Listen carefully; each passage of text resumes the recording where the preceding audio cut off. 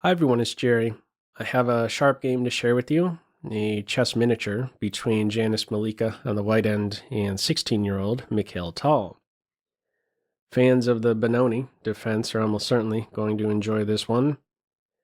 This was played at the 1953 Latvian Chess Championship, an event the young Tal won. So let's hop to it, see how white went wrong in this one. Standard Benoni moves coming in now. C5 met with D5, and the invasive pawn immediately challenged with the pawn. White's fourth move is G3, a non-standard move. Certainly perfectly playable. The standard fourth move, most popular move, is Knight C3. All right, in this game, G3 it is. E takes D, C takes D. And let me throw this to you as a pop quiz. What move would you play here? Feel free to pause the video. All right, the moves D6 and G6 are both strong and standard. Tal, however, was not one to simply follow a standard path. He was always looking for ways to seize the initiative, play energetically. Well, we see just that with move 5. B5, really the most aggressive move you can play in the position. He's got a majority on the queen side, and it's set into motion right away.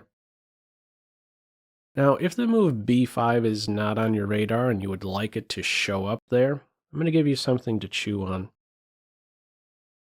Before Tal made his fifth move, he did something.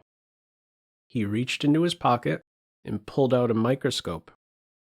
And what he did with that microscope is put White's fourth move, G3, the non-standard move, and Knight C3, the standard move, under it.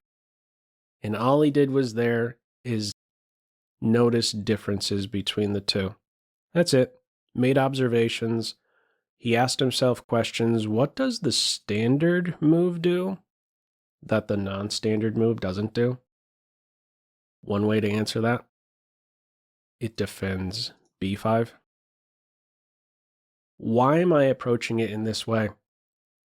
I'm trying to be helpful to you, not just in this position, but really chess positions in general, primarily out of this opening phase, because when you're playing, you're not always going to be hit by your opponent with a standard move.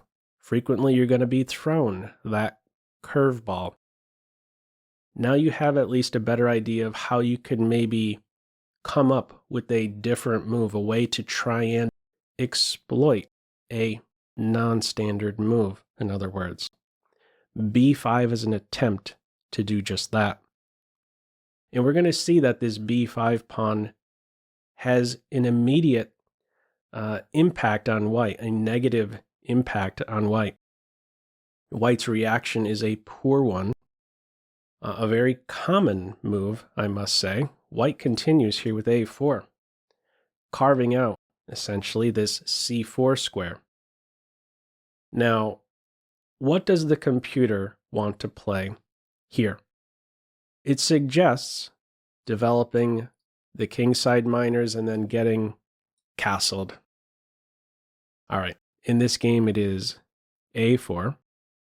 Now, a question I always have for myself here, when B5 is played, I'm always a little bit concerned. What's happening if this guy goes here?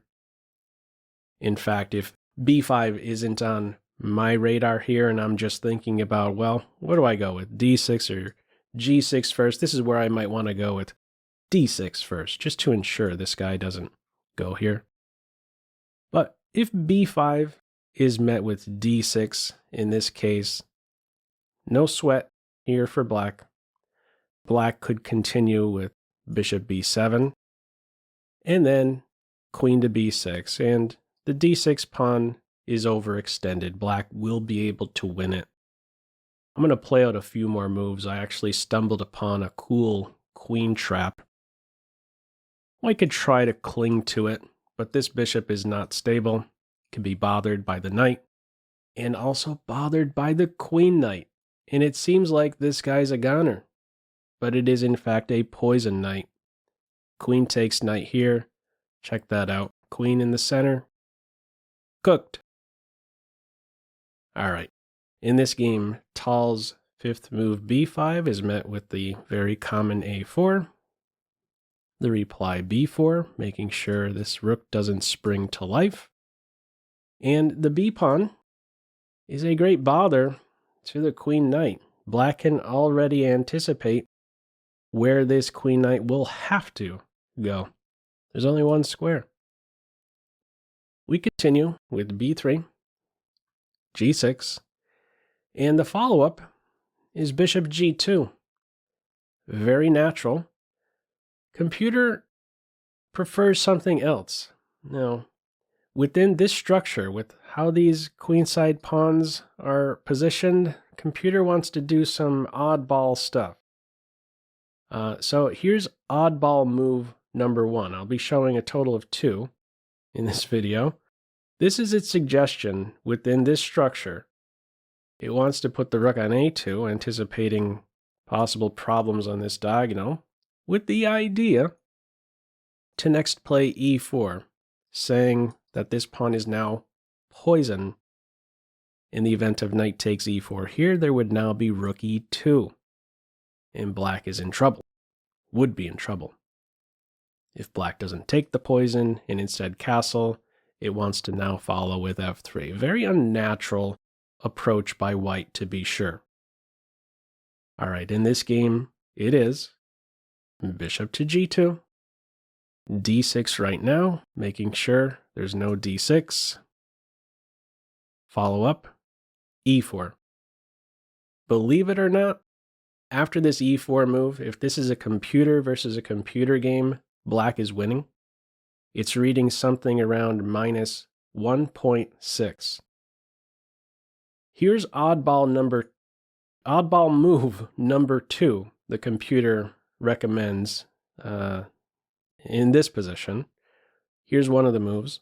Knight h3. For what reason? Well, wants to stay out of the bishop's way. There's reasons to have d5 defended directly with pieces. What we're going to observe in this game, the e4 move, something that is really natural looking, this becomes a big problem, a tactical liability. We're going to see that there's potential issues on not only e4, but also d5. Let's see how play continues. Bishop g7, bishop b2, both dark square bishops competing along the same diagonal. After castles, however, note a significant difference between these two. The bishop on b2 is unprotected. What does this mean? Tactics are likely going to be in favor of black. We're going to see a tactic soon enough against this dark square bishop. Play continues with knight to e2. Sensible follow-up now. Rook to e8. And now, how do you defend e4? In the game, white plays knight to d2. What other options does white have? I want to look at a couple alternatives to knight to d2. This is already a winning position for black, keep in mind. If queen c2 instead, defending e4, defending the bishop, here's how black can continue. Bishop a6, and the bishop and rook are causing a serious problem for white. What will white play here? Castles. Here's one of the tactics that already springs about. Knight takes d5. Not even considered best. It says you could continue developing here, but here's one of the tactical shots on these two light squares. Knight takes d5 is available. If you take the knight falls. Rook takes knight is there. And if first bishop takes bishop, well, things don't change. It's still the same story. You just recapture the bishop and you're still ready to meet pawn takes knight with rook takes knight. So, this idea of queen c2 on this move 12 really isn't working. So if white is attentive to that trick, maybe white says, well, you know what, I'll just watch over e4 with the f-pawn and keep my queen trained on this square. Well, guess what?